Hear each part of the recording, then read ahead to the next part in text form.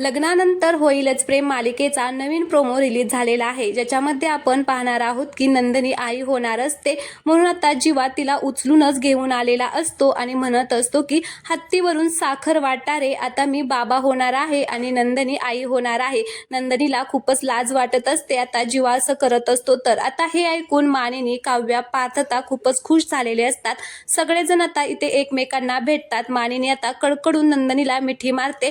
काव्य आणि नंदिनी भेटतात, जीवा आणि पार्थ भेटतात. सगळ्यांनाच खूप आता आनंद झालेला असतो.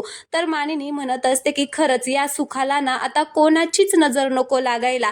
तेवढ्यातच तिकडून आता रम्या येते आणि माप ओलांडते आणि म्हणत असते की लागणार. आणि मग पुढे येऊन आता पाहतात तर ह्या दोघांनी लग्न केलेलं असतं, विजय आणि रम्याने. त्यावेळेस ती म्हणते की आम्हाला सुद्धा आता पेढे वाटावे लागणार, कारण आता आम्ही लग्न केलेलं आहे आणि आम्ही सुद्धा याच घरामध्ये राहणार आहे. आता असं म्हटल्याबरोबर या सगळ्यांना मात्र ते जबरदस्त धक्का बसलेला आहे.